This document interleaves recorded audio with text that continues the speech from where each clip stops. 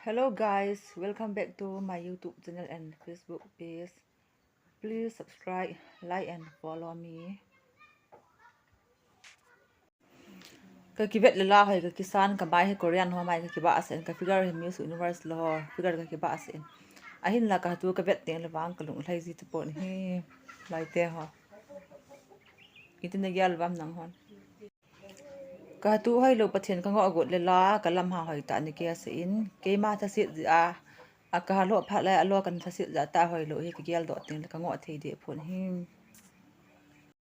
Ipi le former Miss Universe le no leila lopez pangachun pathin asim na chunga kalung hlai je kalung sunga me hlai ka hi ka ki hen ti mai ta nge non hoi nei se ong la chun ke hoi ka sa po le hi tan te na loi te ho ti lo ham ka tu sei chu ji na sa lo comment na sei ta bo na comment na ke to ta ve na sei khai ti rong na sei poi na bo na hoi he na ti rong la nang ho thu na sei khai noi na tu in bo na su mo han ti la nang ho thu comment na ke to ta comment na hin sei ho hin dong ho hin sei lung gan hin sei ho jong video hin sem ki no ba hin sei ki de reply jong kan bol ki ding he all like te ho